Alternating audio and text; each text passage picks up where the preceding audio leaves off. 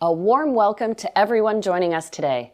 Madame Chancellor, Madame President, graduates of the class of 2020, George Brown College faculty and staff, friends and family.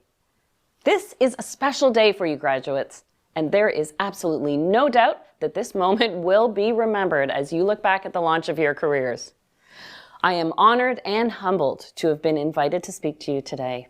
And my wish for each of you is that you embrace this starting point in your life with your own sense of certainty in these uncertain times. When you started your studies at the Center for Hospitality and Culinary Arts, no one could have anticipated that completing your degrees and diplomas would have been done so unconventionally. But here you are. Our industry will continue to change dramatically over the coming years. You have already had the advantage of being accustomed to and embracing change and adaptation. And this is where hope resides, in you. You will bring so much to our industry as you pursue your own career adventures. And indeed, it can be an adventure. If I were to write my autobiography, and don't worry, I'll spare the world that for now, change would be an overused word. While many of you might know me as a fixture on your screen since the creation of the Food Network and as a cookbook author, my love of cooking and baking started out as a hobby in my younger life. It took me almost 10 years after graduating from high school to find myself enrolled in culinary school. That decade was spent earning a degree in political science and sociology and working in banking and investments. At that time, I was surrounded by people who loved what they did, and I could tell I did not fit in. Even though I grew up loving to cook, and especially to bake, my grandmother was my baking mentor, it did not occur to me to make a career out of it until I had what I called my muffin epiphany. After a challenging day at work, I found myself wide awake at 2 a.m., stressed with cyclical, unproductive thoughts rolling around in my head. So I turned on the oven and found myself baking a batch of banana muffins. Not because I wanted to eat them, but the act of it calmed me down.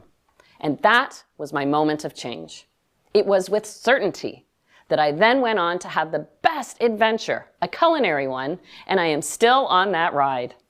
It has been anything but conventional. It is an immense understatement to tell you that change is not often within your control. The pandemic, well, it's taught us that tough lesson. Other life changes, such as job opportunities, whether pursued or presented to you, and love and family will also change your career path and your outlook on things. In 1995, I intended to live and cook in Niagara for only a year before moving on to other opportunities. Well, here I am, still living in Niagara, and with the love of my life, Chef Michael Olson. With change comes opportunity. I invite you to look at it unconventionally, ready to embrace it. Remember that opportunity does not always wait for convenience. It can be all too easy to say no to an opportunity, personal or professional, simply because we are busy, tired, or distracted. But sometimes it takes looking past that or lifting your head up to see what may be right in front of you. Once you spot that opportunity, you can take ownership of it with certainty, and that helps fuel commitment and success. With change also comes a chance to fail. In my field, I've had to embrace my failures with gusto. Of all the various activities that make up my job, recipe development is my favorite task. And failure, well, it's a daily part of that process. I learn more when I fail, because then I have to figure out what failed and why, and then work through it to find out how to correct it. If I make a dessert and it comes out fine on the first try, well, then perhaps I'm not pushing myself hard enough. Taking measured risks might mean that you do fail. But if the other option is simply to not try, well, you risk feeling unfulfilled. I don't regret the things tried and failed. I only regret things not tried in the first place. I feel fortunate to have found a voice through TV and cookbooks to share my culinary personality. But celebrity has never been a pursuit of mine or guided my decisions.